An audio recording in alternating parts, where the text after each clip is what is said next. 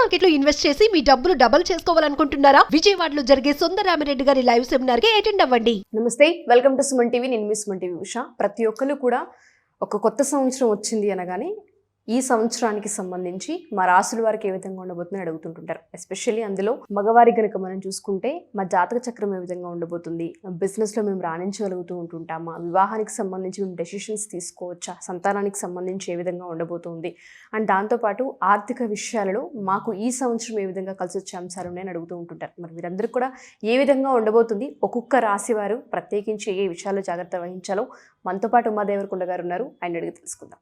నమస్తే ఉమా గారు. నమస్తే అమ్మా. వృషభ రాశి వారి కనుక మనం చూసుకుంటే ఈ సంవత్సరాంతం అసలు ఏ విధంగా ఉండబోతుంది అంటారు, వీళ్ళ గుణగణాలు ఏ విధంగా ఉంటాయి అంటారు? ఈ యొక్క వృషభ రాశి వాళ్ళు తీసుకుంటే అండి, కృత్తిక 2, 3, 4 పాదములు, రోహిణి 1, 2, 3, 4 పాదములు, మృగశిర 1, 2 పాదాల వరకు ఈ యొక్క వృషభ రాశిగా పరిగణించబడతారు. జనరల్గానే వృషభ రాశి వాళ్ళు చాలా అదృష్టవంతులు, ధనవంతులు, విద్యావంతులు, చాలా తెలివైన వాళ్ళ కింద జ్యోతిష్ శాస్త్రం చెబుతుంది. ఎందుకంటే ఒరిజినల్ సెకండ్ హౌస్ కాబట్టి కుటుంబానికి ఎక్కువ వాల్యూ ఇచ్చేవాళ్ళు, గొప్ప మాటకారులు, మాట్లాడేటువంటి విధానంలో వాక్చాతుర్యం ఉన్నటువంటి వ్యక్తులుగా వృషభరాశి వాళ్ళని వర్ణిస్తూ ఉంటుంది. అయితే ఒక వృషభరాశి వాళ్ళ యొక్క జాతకాలు మనం తీసుకుంటే ఎక్కువ శాతము చాలా ఉన్నతంగా బతికేటువంటి అవకాశాలు ఎక్కువ ఉంటాయండి. అధిపతి శుక్రుడు అవుతాడు కాబట్టి అలంకార ప్రియులు, అంటే ఎక్కువగా వస్త్రాభరణాలకి, అలంకారాలకి, గోల్డ్ ఐటమ్స్కి, వాటికి ఎక్కువ వీళ్ళ యొక్క ఇష్టము అనేటువంటిది ఎక్కువ ఉంటుంది, ప్రాధాన్యత ఎక్కువ ఇస్తూ ఉంటారు. అదేవిధంగా ఈ వృషభ రాశి వాళ్ళు సింపుల్గా చెప్పాలంటే రాత్రి పడుకునే ముందు అద్దం చూసుకుని పొద్దున్న లేచాక మళ్ళీ అద్దం చూసుకునేటువంటి టైపు. అంటే వాళ్ళని వాళ్ళు సెల్ఫ్ లవ్ చేసుకోవడంలో ఎక్కడా తగ్గరు, వాళ్ళని వాళ్ళు విపరీతంగా ప్రేమిస్తూ ఉంటారు వృషభ రాశి వాళ్ళు.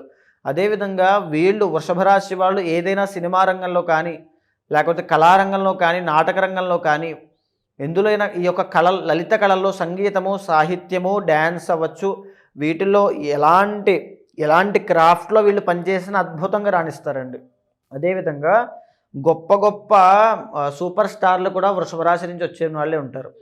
వృషభ రాశి అంటే ద ఒరిజినల్ సెకండ్ హౌస్, పైగా శుక్రుడు అధిపతి కాబట్టి.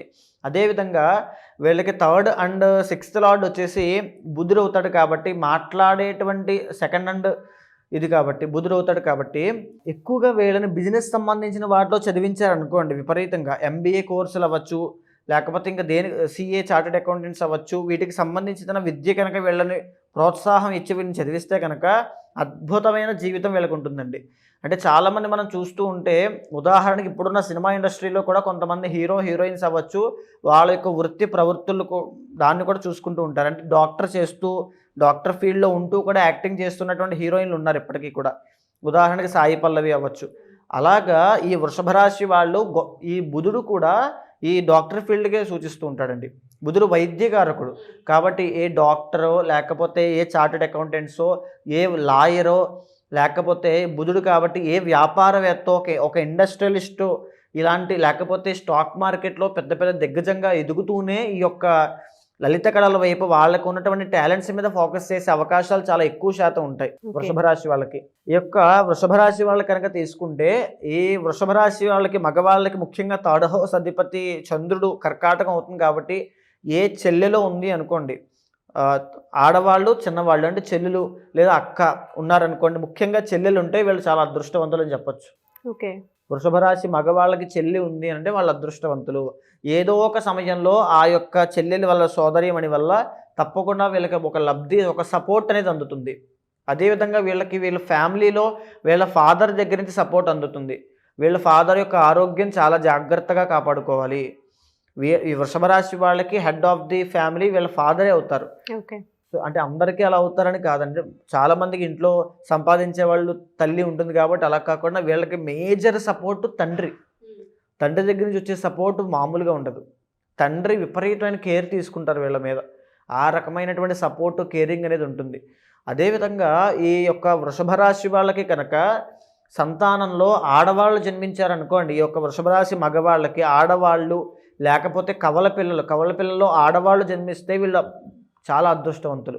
అదృష్టం పట్టినట్టే వీళ్ళకి, వాళ్ళ ద్వారా వీళ్ళ యొక్క జీవితం మారిపోయినట్టే ఖచ్చితంగా. అయితే ఈ వృషభ రాశి వాళ్ళకి జాగ్రత్తగా ఉండాల్సిన అంశం ఏమిటి అంటే గుప్త రోగములు ఈ మగవాళ్ళకి. అంటే కొన్ని సందర్భాల్లో ఈ యొక్క వృషభ రాశి మగవాళ్ళకి ఫెర్టిలిటీ ప్రాబ్లమ్స్ అవ్వచ్చు, స్పెమ్ కౌంట్ ప్రాబ్లమ్స్ అవ్వచ్చు, ప్రొడక్టివిటీ ప్రాబ్లమ్స్ అవ్వచ్చు, లేకపోతే ఈ యొక్క సంతానపరమైన సమస్యలు అవ్వచ్చు, ఈ గుప్త పైల్స్ అవ్వచ్చు, పిస్టులా అవ్వచ్చు, అంటే బయటికి చెప్పుకోలేనటువంటి ఆరోగ్య సమస్యలు, యూరినరీ ట్రాక్ ఇన్ఫెక్షన్స్ అవ్వచ్చు. ఈ రకమైనటువంటి ఇబ్బందులన్నీ కూడా ఈ వృషభ రాశి మగవాళ్ళకు వచ్చేటువంటి అవకాశం చాలా ఎక్కువ శాతం ఉంటుంది. కాబట్టి అలాంటి సమస్యల విషయంలో చాలా జాగ్రత్త వహించాలి. ఇప్పటి నుంచి ఆరోగ్యపరంగా వాటిని జాగ్రత్తగా శ్రద్ధ తీసుకోవాలి.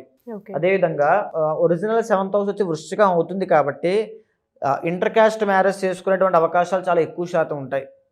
పెళ్ళైన తరువాత వీళ్ళకి మ్యారీడ్ లైఫ్లో కాస్త ఇష్యూస్ వస్తాయండి. అంటే ఎలా ఇష్యూస్ వస్తాయంటే వృషభ రాశి మగవాళ్ళు పెళ్ళైన తర్వాత భార్యతో సహా దూర ప్రాంతాలకు వెళ్ళి సెటిల్ అయ్యేటువంటి అవకాశాలు ఉంటాయి. ఐదర్ విదేశాలు అవ్వచ్చు, ఫార్ అవే ప్లేసెస్ అంటే ఇంటి నుంచి దూరంగా వెళ్ళి సెటిల్ అయ్యేటువంటి అవకాశాలు అవ్వచ్చు. వివాహంతో వీళ్ళలో సంథింగ్ ఒక మార్పు అనేది కలుగుతుంది, ఖచ్చితంగా కలుగుతుంది. అయితే కష్టమ స్థానము రూల్డ్ బై జూపిటర్ కాబట్టి వీళ్ళ యొక్క అత్తగారి వల్ల, అంటే పెళ్ళైన తర్వాత అత్తగారి వల్ల వీళ్ళకి మంచి డబ్బు అనేటువంటి అదృష్టం కలగడము, ధనయోగం పట్టడం అనేటువంటిది పెళ్ళైన తర్వాత అత్తగారి వల్ల వృషభ రాశి మగవాళ్ళకి ఖచ్చితంగా వచ్చే అవకాశాలు ఎక్కువ శాతం ఉంటాయి.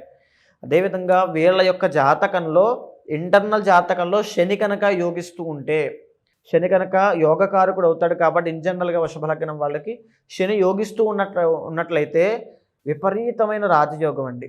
అంటే సక్సెస్ అనేటువంటిది కెరీర్ పరంగా కనబడాలి, చూడాలి అనుకుంటే శని చాలా బాగుండాలి వీళ్ళ ఇంటర్నల్ జాతకంలో, లేకపోతే చాలా కష్టాలు పాలవుతారు. వీళ్ళ జీవితంలో శని బాగోకపోతే వీళ్ళు సాధారణంగానే అలాగా ఏదో చిన్న ఉద్యోగము, చిన్న ఫ్యామిలీ, చిన్న అంతే అలా గడిపి వెళ్ళిపోతారు.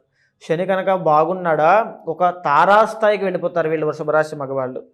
అదేవిధంగా ఇంకా 11th హౌస్ చూస్తే కనుక శుక్రుడు ఆడవాళ్ళ వల్ల, ఈ వృషభ రాశి మగవాళ్ళకి కొంతమంది ఆడవాళ్ళ వల్ల కలిసి వచ్చేటువంటి అంశాలు కూడా ఉంటాయి.